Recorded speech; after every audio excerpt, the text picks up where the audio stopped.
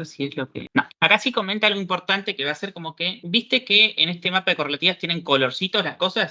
Esto es porque hay distintos perfiles, distintos contextos. Este curso es, aunque puede estar porque quieren aprender y más, idealmente la idea es formar equipos de programación cognitiva para participar en las competencias de ICPC, que la primera instancia fue el TAP. Dentro de estos equipos, el equipo de 3 personas, se puede ver distintos roles.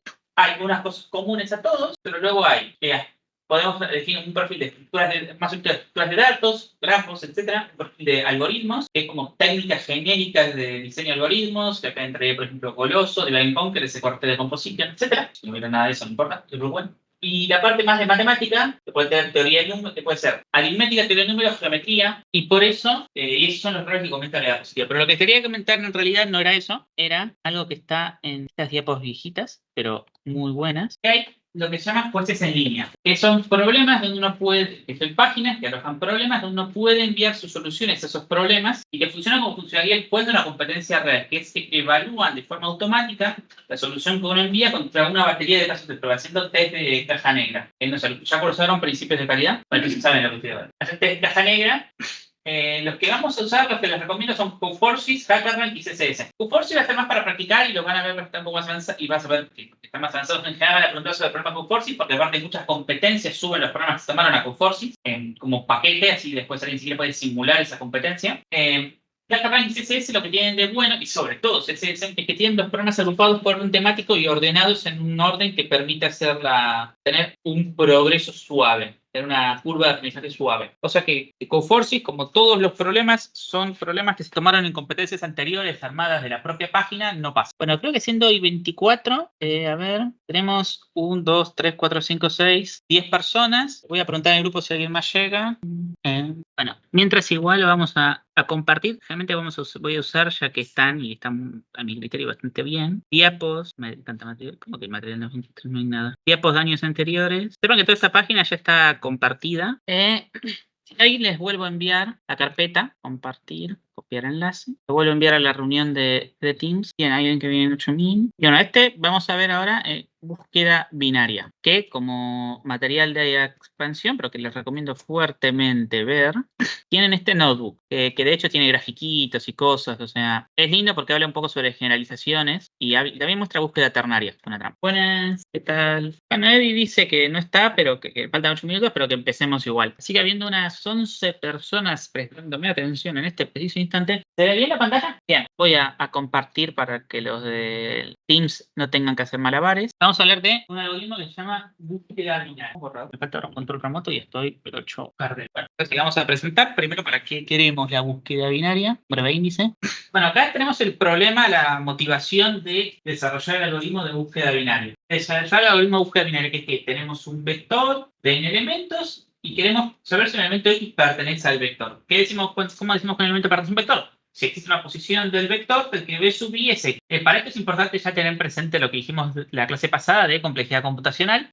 Vos que empezaste esta clase, complejidad computacional, a grandes rasgos es hacer una función que describe el orden de magnitud de la cantidad de operaciones que va a hacer nuestro algoritmo como función de una serie de algunos parámetros de la entrada. Por ejemplo, la O grande quiere decir que es una cota superior, es decir, que el algoritmo va a hacer eso o menos, quizás, pero no, como en competitividad uno de los aspectos que queremos optimizar es el tiempo de peor caso. Lo que nos interesa es una cota superior para el peor caso del desempeño de nuestro algoritmo. Bueno, acá está avisando Lucy en el grupo que no va a poder estar.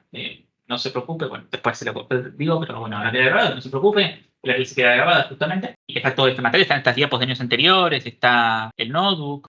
Decía, ese O de n quiere decir que la cantidad de operaciones va a crecer a lo mucho tan rápido como n. Es decir, que es una constante tal que C por n, esa constante por n, siempre va a ser mayor la cantidad de operaciones que hace el programa para cualquier entrada de tamaño n. Para una constante fija para todo. Y bueno, la búsqueda lineal, que es lo más intuitivo, podemos comparar cada elemento de B contra X para ver si son iguales, esto tendrá una complejidad de O de n, porque hacemos n comparaciones. Y ahora la parte que nos interesa, si el vector está ordenado, o sea, acá estamos pidiendo algo más, el problema no es buscar en un vector genérico, buscar en un vector ordenado. En principio pensemos que son números, esto tiene sentido en cualquier cosa que tenga un orden completo, es decir, que todo un conjunto donde todo par de cosas es comparable.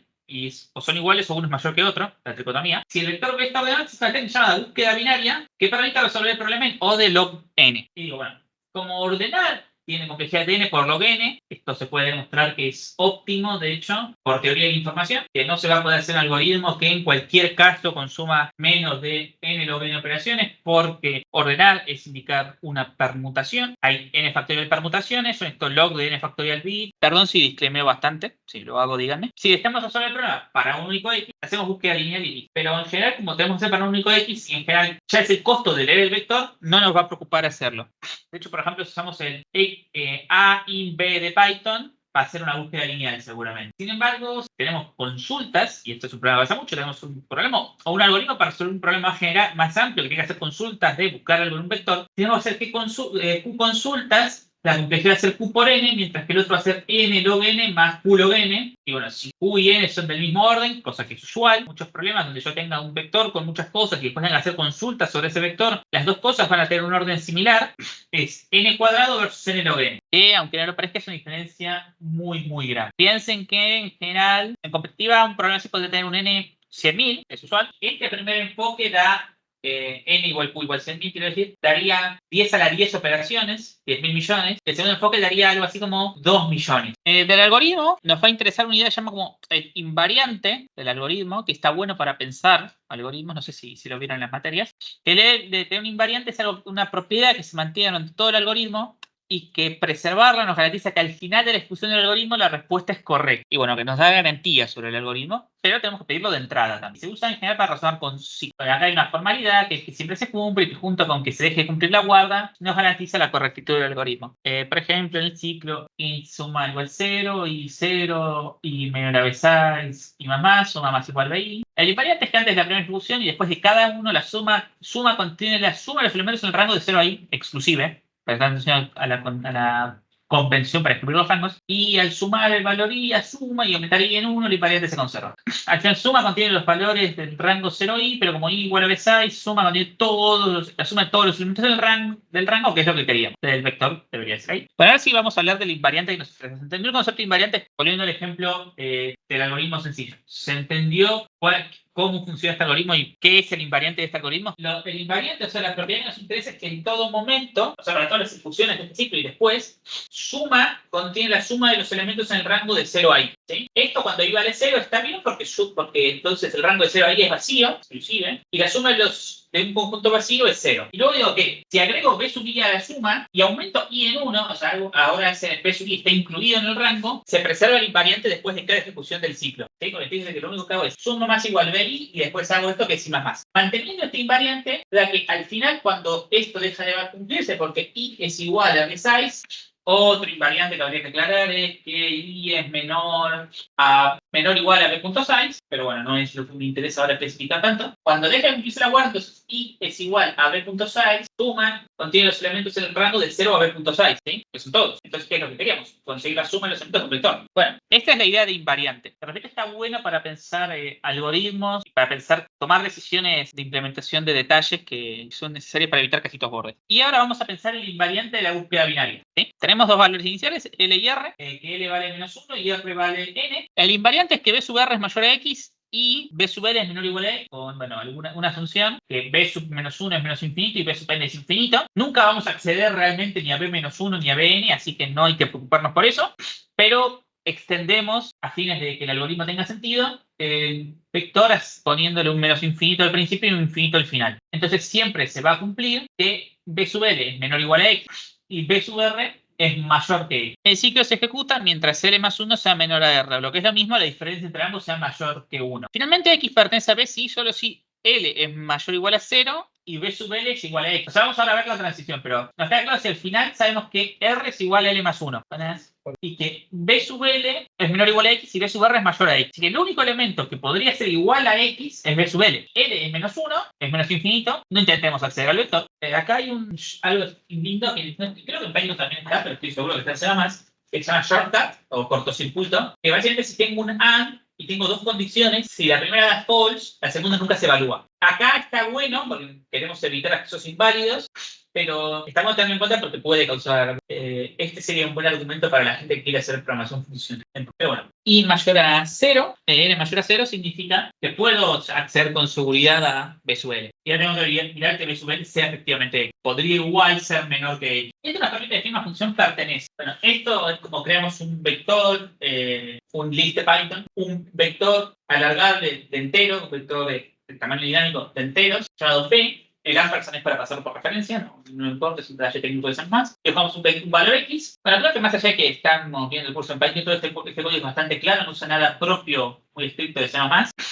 L-1 es rf.size, mientras L-r es mayor a 1, M es L más R sobre 2, si B sub M es mayor a X, R es igual a M, L es igual a M. Return, L mayor o igual a 0, M y B sub L igual a L. Nota que como cada iteración preserva el invariante. Yo tengo la garantía de que si X existe, está entre L y R. ¿Tiene sentido? Busco un punto, que puede, en este caso es el punto medio, esto para la performance, para que sea efectivamente log n la cantidad de veces que lo voy a hacer, porque, bueno, acá vemos que la distancia se va a reducir a la mitad. Si acá encuentro un elemento que es mayor a X, sé que ahora ya no va a estar no solo entre L y R, sino entre L y M. Se puede decir que R ahora pasa a valer M. En cambio, si B sub M es menor o igual a X, ahora sé que X está entre M y R, y ahora aunque L valga X. Uno acá podría estar tentado de poner como un casito adicional, si B sub M es exactamente X, ya lo encontré, eso no va a mejorar la performance del peor caso, va a ser más incómodo el código y va a agregar casi estos bordes que uno tiene que manejar. Así que yo diría que mejor no hacerlo, mantener simplemente el invariante de que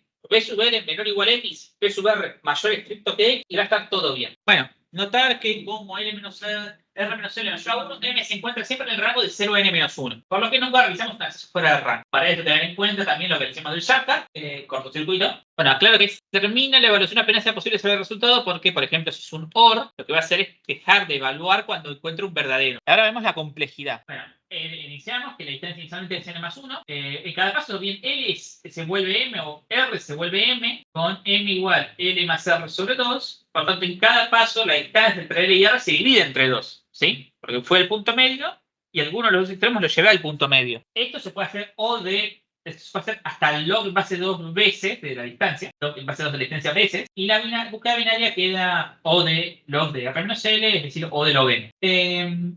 Acá, cuando uno explica la complejidad, deja de poner la base del logaritmo, porque recordemos que la complejidad no cambia multiplicando por una constante. ¿Sí? O sea, 2 veces algo es lo mismo, o sea, 2n es la misma complejidad que n. Y como cambiar de un logaritmo a otro es multiplicar por una constante, por, bueno, la regla de cambio de base, entonces todos los logaritmos afines de la complejidad son iguales. Es un razonamiento que está bueno ver como ejemplo porque sirve para ver la complejidad de muchos algoritmos que van a ver en sus vidas, o al menos en este curso. Esta es una información útil, es que independientemente de qué pertenezca o no, el invariante se va a respetar igual. Es decir, que B sub L va a ser menor o igual a que X, o en este caso menor estricto, y B sub R va a ser mayor estricto que X. En este caso, por cómo implementamos el algoritmo, lo que estamos calculando en R es el upper bound de X. Que no estoy seguro si en Python aparece como una función en sí mismo, pero en C++ existe la función upper bound, que recorre un rango, un rango ordenado, y estructuras como el set lo tienen también, y nos da el primer elemento mayor estricto a un elemento dado. Si el invariante lo modificamos y ponemos el igual del lado del R, entonces el R es el upper bound, el lower bound, perdón. Y un dato curioso, al not equal range nos da ambos, porque podemos pensar que el lower bound de X hasta upper bound de X, exclusive el último, nos da el rango de los que son exactamente iguales a X. Acá un poquito de comentarios sobre C++.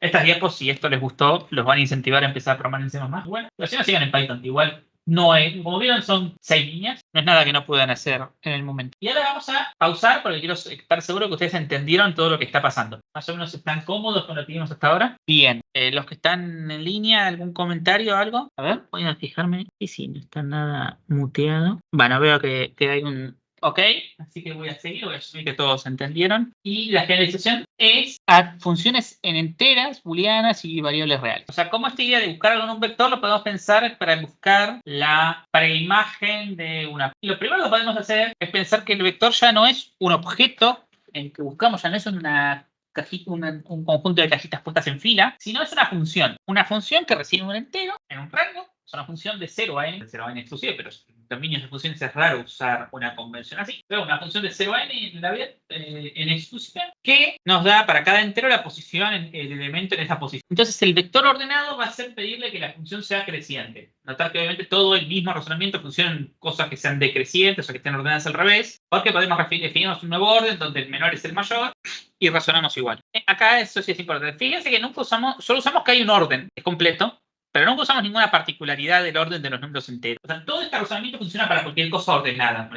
Todos cursaron discreta acá, ¿no? Bueno, ¿vieron que en discreta hablan de relaciones de orden genéricas? Bueno, en cualquier conjunto sobre el que tengamos definido una relación de orden total, todo este algoritmo que acabamos de hacer anda. Entonces, si un subvector de tuplas, un vector de casas, un vector de lo que sea, el razonamiento funciona exactamente igual. Porque lo único que usamos fue nuestra función de orden. Y hecho inclusive un vector de enteros con otro orden, por ejemplo, donde como comparador menor uso lo que usualmente llamamos el mayor, o sea, que está ordenado al revés, va a dar el mismo razonamiento. Solamente que tengo que usar las nociones de menor y menor igual, todo en el orden que estoy usando. Lo interesante es que esta generalización, les decía, podemos pensar que toda función que sale de los enteros es un vector, o tratarla como si fuera un vector. ¿Sí? Lo interesante es que esta idea es que como funcionan los vectores, funcionan en cualquier función de enteros en enteros que sea creciente, o que al menos sea creciente en la parte que nos interesa. Nosotros podemos acotar nuestro dominio a lo que realmente nos interesa en ese caso. Y bueno, la siguiente función nos recibe un entero y doble entero y son crecientes en menos de 0 adelante. Todas las funciones lineales, de hecho las funciones lineales son siempre monótonas, lo cual tiene muchísimo sentido. La suma de los números de 0 a n inclusive se calcula como n por n más 1 sobre 2. Eso tiene sentido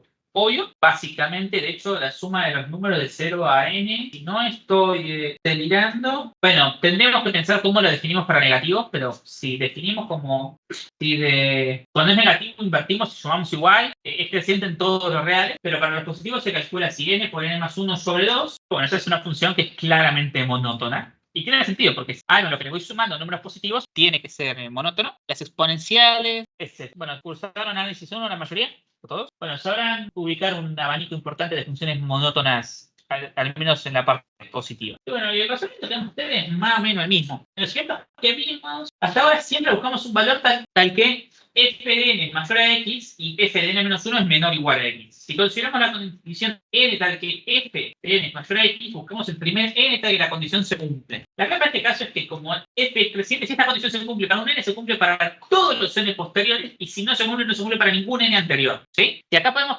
generalizar la idea, hacer una búsqueda sobre cualquier función booleana. En realidad sería raro pensar que de enteros a booleanos es una generalización, porque generaliza al revés. Enteros es un conjunto más grande que los booleanos. Pero ya acá no estamos pensando en buscar cosas ordenadas, sino que tenemos alguna condición que puede ser cualquier cosa, que se cumple en un prefijo de nuestro universo, de nuestro dominio, y no se cumple en un sufijo. Y bueno, y entre este prefijo y este sufijo forman todo el dominio. Son una partición del dominio. Es decir, una idea más general. Tenemos una función booleana b de n tal que existe un n0, que n es verdadero para todo n mayor o igual a n0 y falso para todo n menor a n0. ¿Dónde poner el igual? Es una cuestión de convención, no es lo crítico. Y nuestro objetivo es encontrar el n0. Queremos buscar el punto de corte donde cambia el valor. Acá vamos a hablar de un ejemplo que es muy lindo, que es como con búsqueda binaria. Esto también se va a hacer en una búsqueda ternaria, pero eso sí es más particular de este caso. Va a buscar algo, en principio no buscar un elemento de un vector, no es buscar un elemento de algo ordenado. Que es una función dinámica que así creciente hasta cierto punto y después decrece, o bueno, al revés, no importa. Recordemos que las nociones de mayor y menor crecer, decrecer, todos intercambiables. También puede decir que los valores de un vector tienen una distribución bitónica. Recordemos, los vectores son funciones de enteros en lo que sea que contenga el vector. Algo interesante que se suele creer, que ustedes ya en funciones explícitamente, en funciones sobre los reales, expresadas analíticamente, saben hacer con derivadas, es buscar el vértice, el punto donde cambia la tendencia. Esto se puede hacer con búsqueda binaria. Por ejemplo, si sabemos que es creciente y luego decreciente, sabemos que la condición f de n mayor a f de n más 1 se cumple si solo si n es mayor o igual a n0, siendo n0 la ubicación del vértice. ¿Sí? Así como n0 es el primer valor que cumple la condición, podemos encontrarlo con búsqueda binaria. ¿Sí? Porque recordemos, a partir del vértice es decreciente, entonces el vértice va a ser el primer elemento que es mayor al siguiente. Bueno, hasta ahora hicimos muchas generalizaciones, quizás no pensamos. ¿Tienen algún ejemplo? ¿Están bien con esto? Bien, espero que la cosa vean bien. Si no me lo dicen, quizás voy a correr un cachito más tarde. Pero ver un poco más en cámara. Creo que así deberían estar bien. Pensemos en una cuadrática que tiene enteros acá, acá, acá, acá, acá, acá, y supongamos que acá es el vértice, acá, acá, acá, acá y acá. Sabemos que el dominio está en algún lugar entre, supongamos, este L0 y este R0, ¿sí? Bueno, acá estamos buscando al revés. Es una cosa que decreciente hasta un punto y después crece. El razonamiento va a ser el mismo. Y lo vamos a llamar, vamos que esto es 1, 2, 3, 4, 5, 6, 7, 8, 9, 10, 11, 12. Bueno, este dibujo, que hoy no tiene ningún sentido, no tiene ninguna escala, perdón, una precisión, nos diría que el vértice está en 6, ¿no? Empezamos buscando diciendo, bueno, está entre 1 y 12, eso me lo creo. Punto medio, 1 más 12, 13, sobre 2, 6, justamente. Ahora me pregunto, acá la condición sería al revés. Estoy buscando el primer n tal que f de n es menor a f de n más 1, ¿sí? Porque estoy buscando el vértice que hace así. Entonces, bueno, ¿el 6 este la cumple? Sí. Entonces, ahora, L1, R1. 1 más 6, 7 sobre 2, 3. ¿3 lo cumple? No. F de 3 es mayor a F de 4. Entonces es L1, perdón. L2, R2. El promedio entre 3 y 6, 9 sobre 2, 4. ¿4 lo cumple? No, 4 es mayor que 5. F de 4 es mayor a F de 5. ¿No? Entonces tenemos L3, R3, bueno, entre 4 y 6 es 5, 5 lo cumple, no, L4, R4, donde, bueno, el índice es la cantidad de iteraciones, el momento en el que estoy. Ya está, porque entre L4 y R4 ya ahí no hay nada, es uno o es el otro. Y dijimos que recordemos que lo que dijimos es que ve R y no ve L, ¿sí? Entonces, RI, el final, R es el N0 que estábamos buscando, ¿no? Dijimos, buscamos un N0 tal que la condición se cumpla para todo N mayor a N0 y no se cumpla para todo N menor a N0, ¿sí? Ese es el invariante que estuvimos manteniendo en nuestra búsqueda binaria. Entonces, sabemos que L4, B de L es un 4, no es verdad, no cumple la propiedad de L4, pero R4 sí. Y R4, entonces, al final del algoritmo es es el n sub 0 que estábamos buscando. ¿Se entendió más o menos? ¿Hay alguna duda? Bueno, y esto es como hablamos de funciones bitónicas. Un ejemplo lindo, buscar funciones bitónicas. Ahora, siempre hemos hecho búsqueda binaria sobre el valor de una variable entera en un rango de LR. Sin embargo, esta idea se puede aplicar también a variables flotantes. En el caso entero, tendríamos que entonces que la distancia sea mayor a 1. Y cuando era 1, entonces ya sabíamos que no había nada en el medio, eran los límites de nuestras particiones, que valía de R en adelante y no valía hasta L. En este caso, recordemos que los reales, los racionales son, no quiere decir continuos, son densos. Eso quiere decir que no existe una distancia tal que todo par de elementos está al menos esa distancia. Entonces yo no tengo acá un rol, lo que cumple el rol que acá cumple el 1. Pues bueno, si fuera el caso, si no, podría ordenarlos y emparejarlos con los naturales y volveríamos al caso anterior. Y la condición será entonces que definir un epsilon ad hoc al problema, que es con cuánta precisión quiero mi resultado. Mejor dicho, el epsilon es una cota aproximada del error, superior del error, y la condición será que R menos L sea mayor a epsilon. Ahora, y la complejidad, bueno, va a quedar O de log de R menos L sobre epsilon, o lo que es lo mismo log de R menos L menos log de epsilon, que epsilon es muy chiquito, el log es muy negativo, entonces suma un positivo. Y bueno, el epsilon es el error entre lo que buscamos y lo que obtendremos. Y acá es otro lindo ejemplo, que es, si bien existe un patrón mejor, luego podemos buscar con búsqueda binaria la raíz cuadrada. Hacemos con variables enteras, podemos tener el piso y el techo de la raíz cuadrada, con la misma idea podemos tener la raíz cúbica, cuántica, etc. Notar que obviamente si lo hacemos en variables flotantes, podemos obtener la raíz cuadrada con la precisión que querramos. ¿Cómo enunciarían ustedes la condición para buscar, cómo ustedes enunciarían la condición que tiene que cumplirse a cierto punto y después no para buscar la raíz cuadrada? O sea, a ver, vamos a pensar. Sí, está bien. Nosotros tenemos un y, queremos x igual a raíz de y, y nosotros queremos un p de x, un x0, digamos, que sí, solo si x mayor o igual a x0. Esto, tenemos que definir una b de x que sí, solo si x es mayor o igual a x0. ¿Cómo lo definirían? ¿O cuál sería nuestra b de x? O sea, que chequearemos en cada paso para decidir si al cortar nos vamos para la izquierda o para la derecha. ¿Cuál condición b de x definirían si lo que queremos es que al final x sea la raíz cuadrada de x? Algún error, obviamente. P de x es nuestra condición booleana que definimos, bool de x, que tiene que ser que b de x se cumple si solo si x es mayor o igual a x0. Recordemos que con nuestro algoritmo mirábamos m y si b de m valía, corríamos R y si no, corríamos L. B de X vale si solo si X es mayor o igual a X0. No, porque vos querés buscar vos querés buscar X0. Es el primer valor tal que ves. Bueno, pero ¿cuál sería la vez que ustedes elegirían si el problema que queremos resolver es encontrar la raíz cuadrada de Y? Es decir, X sub 0 es igual a raíz de Y. O sea, vos te definís una f de X es igual a X cuadrado. ¿Y ahora qué haces? No, el epsilon lo que te va a decir es cuándo terminás. Sí, la precisión sería. Vos no usas el epsilon a la hora de decidir para dónde ir. Vuelve booleana. Claro, B mayúsculas por booleana. O sea, recuerden qué es esto. Esto es B de X igual 0 y acá es B de X igual 1. ¿Sí? Y este puntito de acá es X0. Es falso hasta que es verdadero. Y en un X0 donde ocurre esta transición. La B de X debería ser X al cuadrado mayor a Y. Mayor o igual, pero sí. Sí. O así, mayor o igual. Pero... Sí, está bien. X cuadrado mayor o igual que X. Correcto. Si yo hago búsqueda binaria con esto, voy a encontrar el primer X tal que X al cuadrado es mayor o igual que Y. Así voy a encontrar la raíz cuadrada, pensando siempre en los positivos, la raíz cuadrada de Y. Puedes encontrar la raíz cuadrada o el primero que es más mayor que la raíz cuadrada. Depende de errores. Y eso, claro, siempre vas a encontrar con un epsilon. Si estuvieras en entero, buscando en entero, si fuera un número con raíz entera, claro, eso. Podrías. Si no, por propiedades que si tenés un número entero y le estás calculando la raíz cuadrada, o te da otro entero, o te da un irracional. No me interesa la demora, es linda, no la voy a cerrar. El punto es que si es irracional no lo podés representar nunca con cero error en una computadora, porque podés pensar que tiene una cantidad infinita de información. En geometría computacional es relativamente usual hacer búsquedas binarias sobre valores reales, que puede ser, por ejemplo, el radio de un círculo. ¿Hasta ahora más o menos les gustaron los problemas? ¿Está gustando esta presentación? ¿Hay alguna duda? Porque no sé si no los veo un poco desconcertados. ¿Quieren hacer un par de... pausar y hacer alguna pregunta antes de seguir? ¿El ejemplo que vimos antes? Hola. Sí, por supuesto.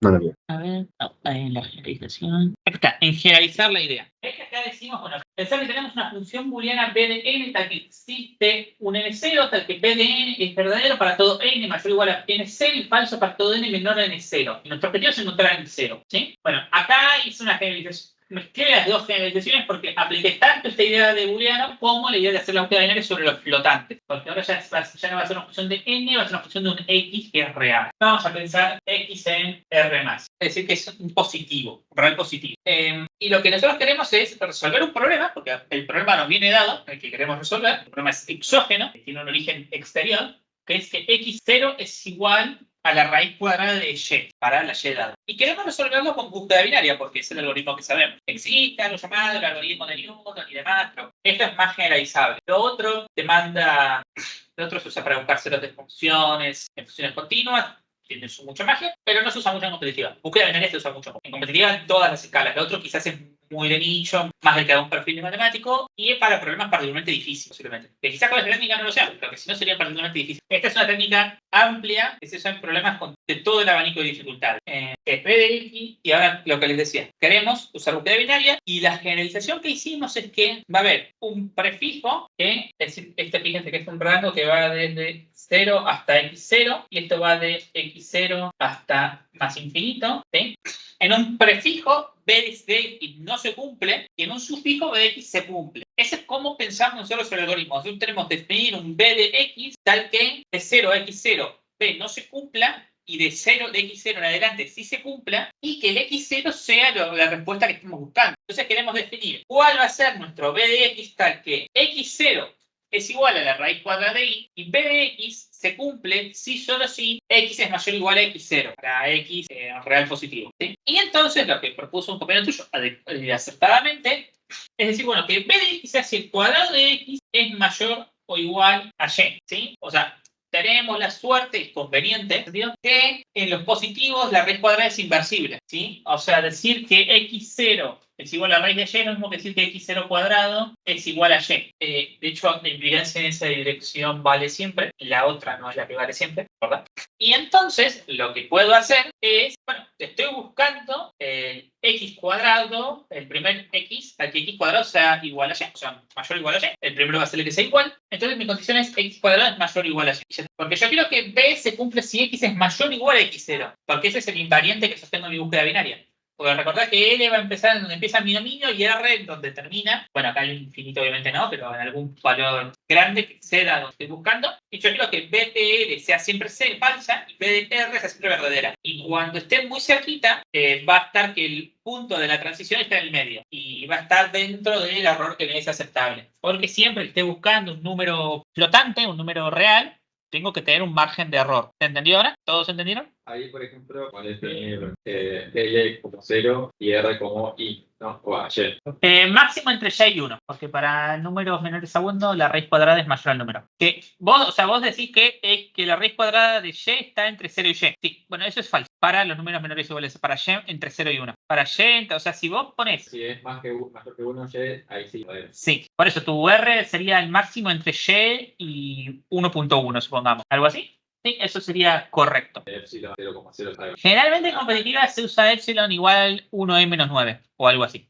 1e-8, e-9. Además, si lo querés calcular así a mano, por ahí no. No, obvio, no vamos a hacer raíces cuadradas a mano con 9 dígitos de precisión. Claro. Pero a la computadora ustedes le pueden, lo usual es que le pidan 1e-9 de error, más o menos. Te agrega 9 pasos. Te agrega log2 de 9, que sería algo así como 30, menos. Son 30 pasos más. Entonces, el log de esto, 30.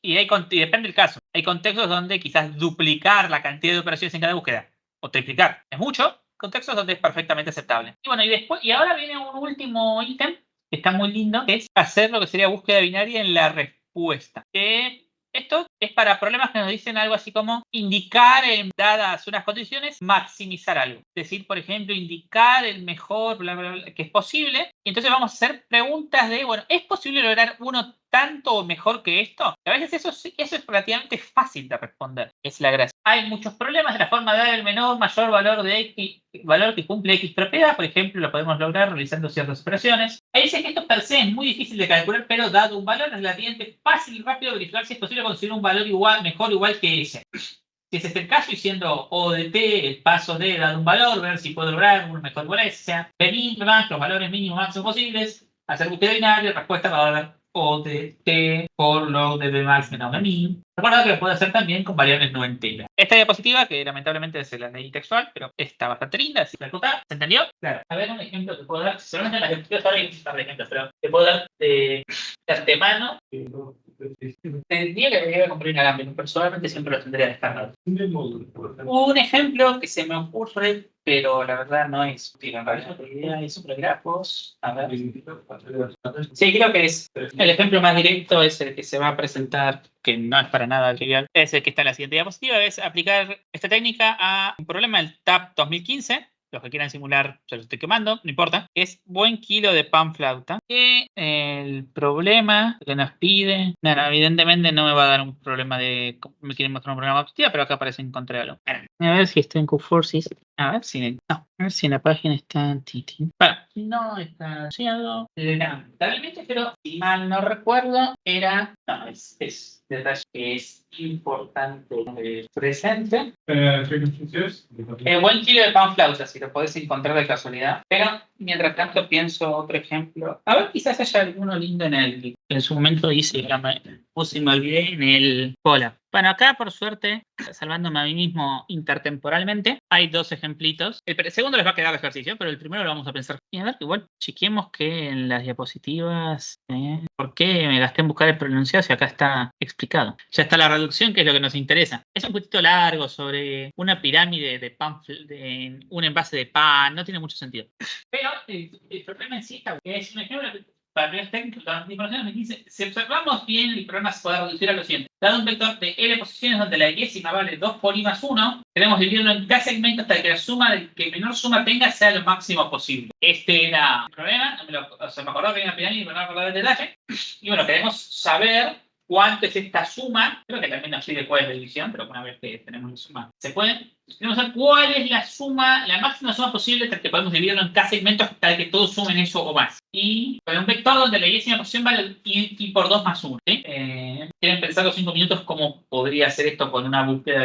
¿Qué podríamos hacer búsqueda binaria? Spoiler. Es decir, la respuesta lo dice el título de la sección, de hecho. Cuando dice la suma del menor se refiere a un grupito menor de cada segmento, entre esos segmentos el menor grupo que dé el máximo valor posible. Fíjate que haces K segmentos. Cada uno de esos segmentos tiene una suma, que es la suma de los elementos en ese segmento. Bueno, todos esos que tengan la menor suma. Claro, o sea, voy a tener un B0, B1, B2, B3. Y puedo tener un segmento así, un segmento así, un segmento así, otro así.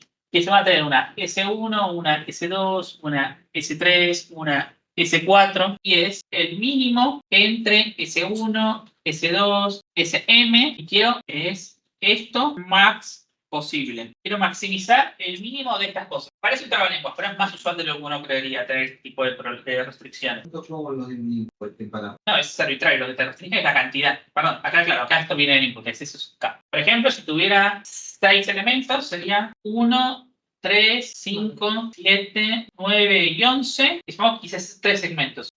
Creo que sería algo así y algo así. Si no derivo. 1 más 3 más 5 es 9. 7 más 9 es 16. 11 es 11. Y creo que esto es lo óptimo. O sea, supongamos que acá es 3. Fíjense que acá el que menos suma 9. Si no derivo, no hay forma de conseguir que el que menos sume más. Sí. 1 más 3 más 5 es 9. 7 más 9 es 16. 11 es 11. El mínimo entre 9, 16 y 11 es 9. Y bueno, otra posible solución peor sería hacer, tengo esto, es hacer agrupar así de a 2. Pero fíjate, va a ser 4, 12, 20. Acá el menor es 4, acá el menor es 9. Vos querés que este valorcito, que es el menor, o sea, cualquiera, no importa, acá siempre llevo el primero, pero podría ser otro. O sea, por ejemplo, si ahora acá indica el 7, esto sería 16, acá 9, sea lo máximo posible. Vos querés decir cuánto. Si vos elegís la partición adecuadamente, ¿cuánto es lo máximo que puede valer el mínimo de estos valorcitos, de estos valores? Sí, es contravalenguas, pero... O sea, que todos valgan más que eso. O sea, pedir que el mínimo valga más que eso es que todos valgan más que eso. La búsqueda de un menor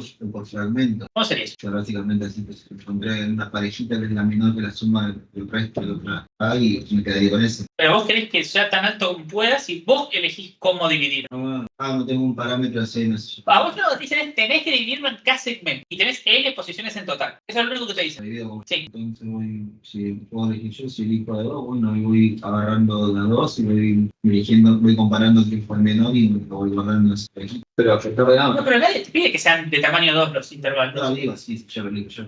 Estaba ordenado, ¿no? Es exactamente de la forma. O sea, Y B sub I es 2 por I más 1. claro, sería como, ¿está ordenado o no te dice que está ordenado? Técnicamente sí, Son intervalos. Segmentos intervalos, o sea, son sobre todo, no son subconjuntos, intervalos. De hecho, creo que si le pedís que, si puedes tomar subconjuntos arbitrarios, y puntos obviamente, creo que se me complica el problema. Creo que es mucho más ¿A qué se refiere con máximo posible? No tenga... Entre todo el universo de posibles particiones, donde lo partís en K intervalos, para cada posible partición tenés algún mínimo de la suma de los intervalos, ¿sí? O sea, vos tenés una partición, esto te define ciertos intervalitos, cada intervalo tiene una suma y hay un mínimo entre todas esas sumas, ¿sí? Bueno, entonces vos querés que entre todas las particiones en K elemento, en K intervalos, aquella en la que esta funcioncita que calculaste, que es el mínimo entre las sumas entre los valores de cada intervalo, entre los valores totales de cada intervalo, sea lo máximo posible. Es decir, entre todo el universo. Piensa que cada partición tiene un valor asociado. Bueno, querés el máximo de esos valores. Entre las particiones en cada elemento.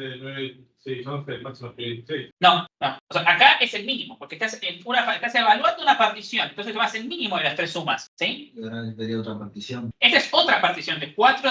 Pues esta partición tiene valor 9. Esta partición tiene valor 4. Tengo que ir jugando con todas las particiones posibles de todo. Bueno, la idea es que hacerlo un poco más inteligente, pero a fuerza bruta sí. Claro, la fuerza bruta sería 2. Ahora, este 9 es mayor que este 4, ¿no? Bueno, yo quiero la partición, este valorcito que le calculo la partición sea el máximo posible. En este caso, si no estoy agregando, sí, el 9 es para particiones en 3 elementos. Entonces, ustedes piensen esto, el universo de las particiones donde tengo K intervalos. En este caso, donde tengo 3 intervalos. ¿Sí? Es un universo muy amplio. Hay muchas particiones de mi vector de L elementos en K intervalos. ¿Sí? De hecho, es un ejercicio de combinatoria calcular cuánto.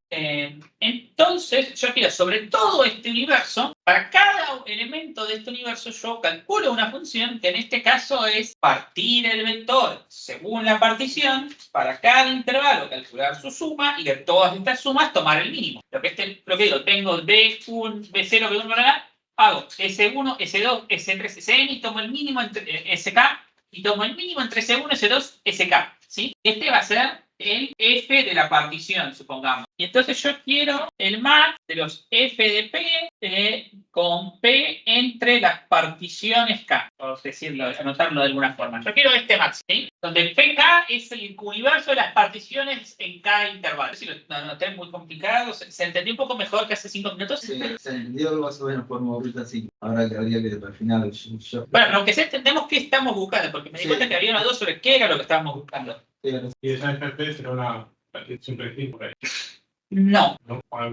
O sea, para empezar, creciente, ¿qué significaría en este contexto? Ahora, recordamos la definición de que una función es creciente. Digo que f de x es creciente. Esto es que x1 es menor a x2, sí, solo si f de x1 es menor a f de x2. Si quieren, podemos poner el igual acá. No es importante. Eso es una función creciente, ¿sí? Quiere decir que tanto el dominio como el codominio tienen un orden completo, ¿verdad? Pero acá las particiones no tienen un orden. Pero tiene sentido decir que f es creciente, porque el dominio no está ordenado.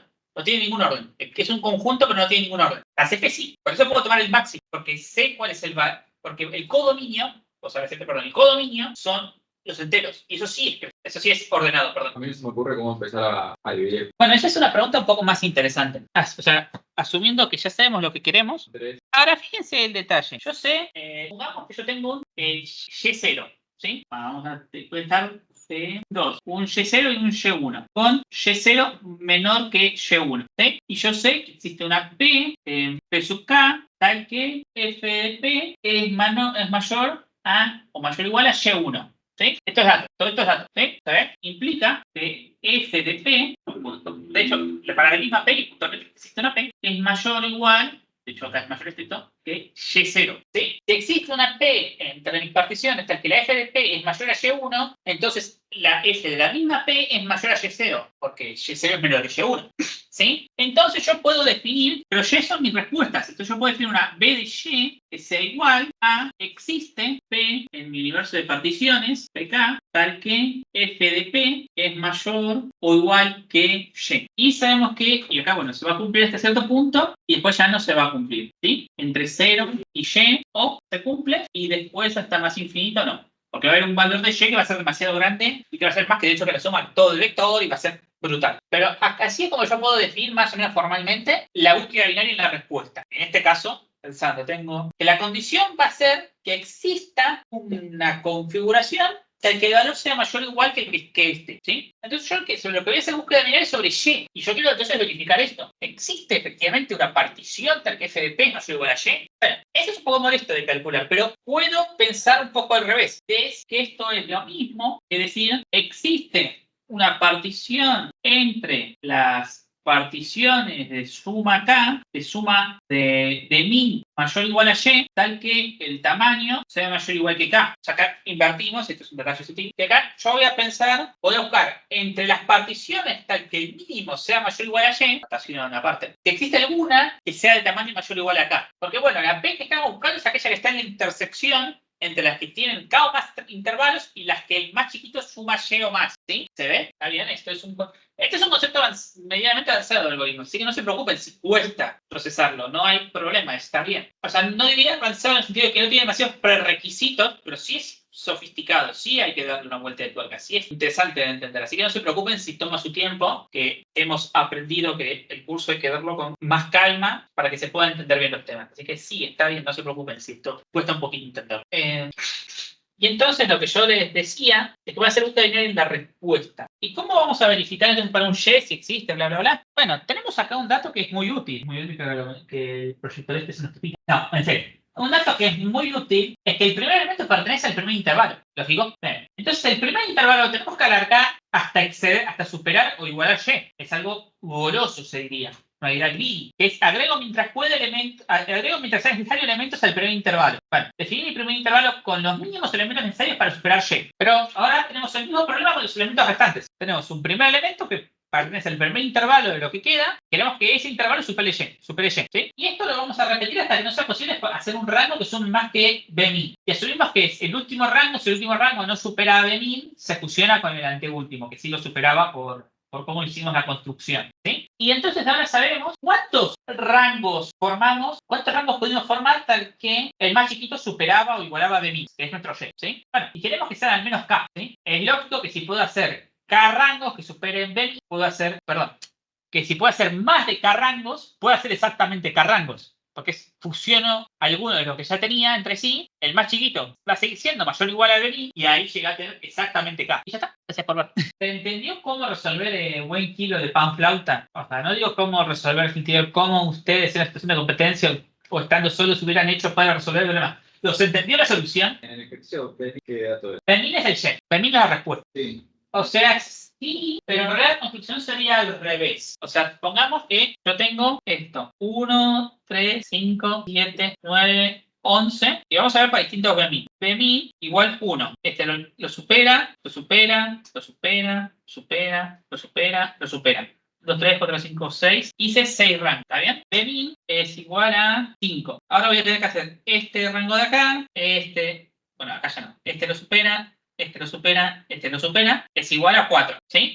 Si fijo que Bemin es 1, todos sirven, entonces tengo 6 ranguitos. Si Bemin es 5, los primeros 3 los tengo que unir. Si digo que Bemin igual 7 va a ocurrir lo mismo, uno de estos 3, pero luego estos cada uno por su cuenta. Si digo que Bemin es 9, ahora tengo que unir estos de nuevo. Este ya se tiene que unir con este, porque si no lo supera, ¿ves? Acá tengo 3. ¿Y qué pasa si, por ejemplo, si digo que Bemin es 10? Ya tengo que unir los primeros 4 y los últimos 2, porque estos primeros 3 me alcanzaban. Entonces tengo 2 intervalos, ¿sí? Y yo quiero que si pido un Bemin aún más grande, voy a poder formar aún menos intervalos. Y bueno, como ven, fijo el Bemin y puedo hacer el chequeo linealmente. Entonces puedo hacer búsqueda binaria en este Bemin, ¿sí? Tal que la cantidad de intervalos sea mayor o igual que K. El máximo tal que la cantidad de intervalos sea mayor o igual que K, ¿sí? Y entonces eso nos va a dar la respuesta. Estas son las 4. ¿Cómo se pasó el tiempo explicando? Pero el Bemin ahí cómo va cambiando. O sea, por primero elegís el 1.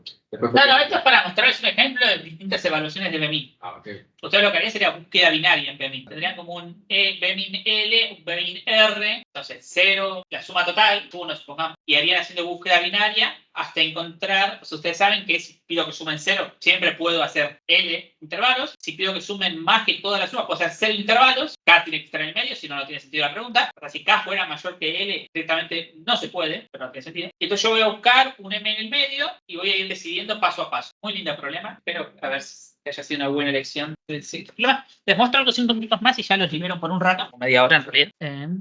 Recuerden que acá tienen el NoDo, que medio va a servirles de repaso. Tiene un tema que nosotros acá no comentamos, que se llama búsqueda ternaria, que es, que no lo comentan entre diapositivas porque es algo muy específico para funciones, para buscar el vértice de funciones bitónicas, y como vimos se puede reemplazar haciendo una idea de hacer búsqueda binaria en la derivada de la función. Lo vimos para los números, para dominios enteros, para dominios reales, pueden pensar o que pueden calcular explícitamente la derivada, o pueden calcular numéricamente pensando que f de x sea f de x versus f de x más epsilon o menos epsilon. Y bueno, y aparte acá hay dibujitos porque, bueno, a diferencia de C++, Python tiene muy lindas librerías de ploteo. Por ejemplo, acá les puedo hacer buscar en el rango.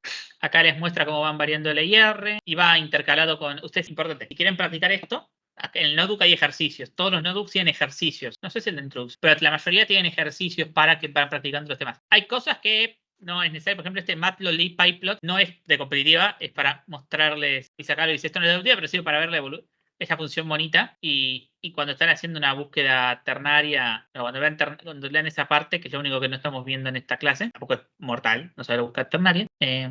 Porque es análogo a hacer búsqueda binaria en la derivada. Y bueno, cada cosa tiene algunos ejercicios para aprender. Todavía no incluyen estos notebooks ejercicios de jueces. En general son todos ejercicios que están anunciados ahí nomás. Y bueno, acá podemos, por ejemplo, los de búsqueda binaria de respuesta. Los dos que hay son... ¡Oh, qué lindo! El mousepad es como un táctil, me encanta. Me encanta. En un juego hay monstruos. El monstruo I tiene P puntos de vida y al matarlos se recuperan R puntos de vida. Sabiendo que hay que enfrentar a los monstruos en orden, es decir, empezando del 0, luego el 1. O sea, saber cuánto es la mínima vida inicial que se necesita para matar a los M monstruos sin que nuestra vida nunca sea menor que 1. Posiblemente se pueda hacer alguna otra cuentita y resolverlo sin hacer búsqueda binaria, pero se puede hacer búsqueda binaria de respuesta, que es lo que queremos practicar. Y ahora esta realiza necesariamente un plazo fijo que le da un L por ciento de interés, multiplica su capital por 1 más L sobre 100. Y además, en cada mes ahorro un nuevo capital. Si después de 9 meses quiero alcanzar un capital C, con flotante aportando todos los meses el mismo ahorro adicional, ¿cuál debe ser el ahorro a aportar todos los meses? Eso les queda para pensar. Ustedes se pueden hacer su copia en su propio, puede hacer su copia del notebook en su drive y modificarlo para ir resolviendo. Volvemos y media, ¿les parece?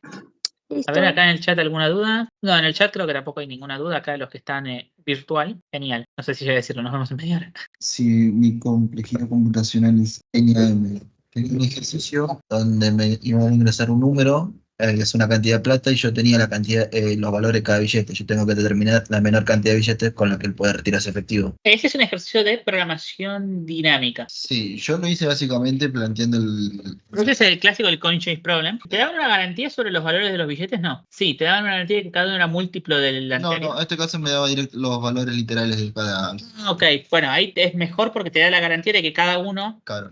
es múltiplo y ese es un aspecto clave. Yo lo que hice fue simplemente agarrar el número. Mi primera versión fue agarrar como llamarme la lista de valores de los billetes, agarrarlo y iba restando en un for con cada elemento y después en un while. Pero después dije que No, pero después es simplemente dividir. los dividí y cosas. Si yo hubiese tomado la opción del for, ¿qué complejidad tendría eso? Porque estaría... Es exponencial.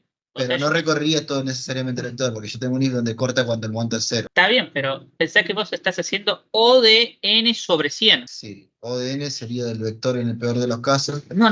N es el input. Sí. N es la variable. O sea, ahí está haciendo el terrible que la complejidad depende de un valor de algo que no te condiciona el tamaño de la entrada. Ahí tomás, por ejemplo, O de X, ¿sí? Porque es resta 100, resta 100, resta 100, resta 100, resta 100. Eso es X sobre 100 veces. Eso es O de X. Pero X, el valor de un número es exponencial en su tamaño. Entonces es una complejidad exponencial, o lo que se llama pseudo polinomial a veces, porque es polinomial en un valor, pero el valor no está restringido, pero el valor en realidad puede ser exponencial en el tamaño de la entrada. Porque claro, no me interesa a mí el dato, sino lo que estoy la cantidad de veces que lo estoy iterando a cada resultado. Claro. No es en sí el n. Bueno, creo que ya podemos ir volviendo a la clase y creo que usamos este espacio para que planteen dudas. O sea, están viendo los notebooks, están viendo ejercicios por su cuenta, están teniendo alguna duda. Les puedo justamente ver algún ejercicio lindo de búsqueda binaria en CSS, que aparte es una página muy buena.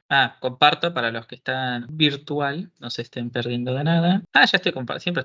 Siempre estuve compartiendo. Sí. Ok, bueno, mejor. A ver, acá hay muchos de ordenamiento. A ver, debería ser que creo que está en introducción, el cómo. No, ¿qué estoy diciendo? En ciclos y vectores debería estar. Bueno, acá está un detalle. Quiero ver si les puse la función de cómo ordenar. Bueno, saben que acá tenemos la función que nos devuelve un vector ordenado o un vector en reverso. Una cosa que les podría recomendar es que empiecen a hacer la parte de sorting and searching de CSS. Bueno, este es un lindo ejercicio, a ver, que puede vincularse a búsqueda binaria. Se te da un array de n enteros y un x, y tu objetivo es encontrar dos posiciones que la suma de los elementos de esas posiciones sea x. ¿Sale? Si ustedes conocen estructuras de C++ o un diccionario, puede ser hasta más fácil. Pueden atacarlo de lo que vimos, se puede atacar con lo que vimos hoy de búsqueda binaria o con conjuntos y diccionarios, como se sientan más cómodos. Perdón, ¿qué? ¿Ustedes quieren o sienten que fuimos suficiente por hoy y quieren dedicarse a practicar? Sí, creo que mejor aproveché y ponete O sea, ¿alguien más quiere ver un tema nuevo o prefieren por hoy repracticar lo que vimos hasta ahora? Ok, sí, va a ser lo que sigue, puede ser repaso. Dale, suerte. Sí, seguramente haga menos frío. Claro, obvio. Sí, en el grupo te agregó, te pasó Ariel el grupo de WhatsApp. Bueno, pedíselo, que debes tener el contacto por la materia, y te pasa te suma el grupo de WhatsApp. Gracias, igualmente. Chao. Sí, ahí pueden, o sea, si ustedes agarran sorting and search y empiezan a atacarlos en orden, es una buena idea. ¿Qué cosa, perdón? El backtracking sería la parte de implementación. O sea, que hay como dos cosas ortogonales, que es el área de el tópico y otro si el rubro es implementación o idea. Pero backtracking es una idea de fuerza bruta. En general, no es ni lo más usual. O sea, yo creo que alguien de algoritmos sería el que haga backtracking. Pero no es lo más usual que el problema se haga con backtracking, porque cuando no lo podés encasillar en algo un poco más avanzado, o sea, algo más específico, como puede ser Divide and Conquer, como puede ser SQRT de Composition, como puede ser lo que sea, es muy a ojímetro la performance que va a tener. Y suele no ser la idea. Pero el backtracking es una forma de hacer fuerza bruta. Después uno lo puede optimizar. ¿Fue satisfactoria esta respuesta? Ok. Bueno, acá. Yo creí que eso haga. Pero la grabación esta no la paró, ¿no? Dios, este debe ser de los textos más oscuros que va a haber en este curso. No sé, esta demo ¿tiene sentido aparente? Claro, esta es que porque ya tengo que hacer algún material para la gente que quiera seguir el camino de algoritmos. Este va a ser el notebook sobre algoritmos golosos. Greedy es goloso en español. Sí. En algún caso en la vida real que utilicemos grid, o sea, naturalmente que no demos cuenta. Máximo voy a hacer la búsqueda binaria es greedy. Pero es un conjunto de algoritmos, o sea, que son, ¿Eh? digo, o sea, algoritmos golosos los referimos a ciertos algoritmos que cumplen ciertas funciones. Básicamente alguien que tomando decisiones locales alcanza un óptimo global. Entonces todos aquellos que cumplen esa especie de condición se podría considerar grid, o Sí. además tiene otra condición. No, la idea de greedy es eso, es explorar, en cada paso solo explora el vecindario local, o sea, va construyendo una solución. En cada paso solo explora el vecindario local. Y ya con eso sabe a dónde ir. ¿No habría algo de grid? Por supuesto. Kruskal es greedy, Dijkstra es greedy. O sea, estos roles son orientativos, porque yo digo greedy es del sector de algoritmos, porque hacer un greedy genérico, hacer un greedy nuevo para un problema ad hoc es más de alguien que practica algoritmos. Pero hay bocha de algoritmos clásicos que son greedy. Búsqueda binaria, Dijkstra, Kruskal, sorting, ordenamiento en general. ¿Qué más? Las estructuras de datos, cuando a la hora de tener que procesar cosas, van a tener siempre una parte golosa. Tipo, cuando pensás en un segment tree, cuando qué nodos evaluar, es goloso. O sea, cuando vos decís, bueno, estoy en este nodo y hago o recursiono, o proceso, o muere, eso es un paso goloso. Tú lo haces solo mirando la información de ese nodo. O sea, toda división tiene un dejo de artificialidad, pero uno necesita agrupar las cosas para poder estudiar.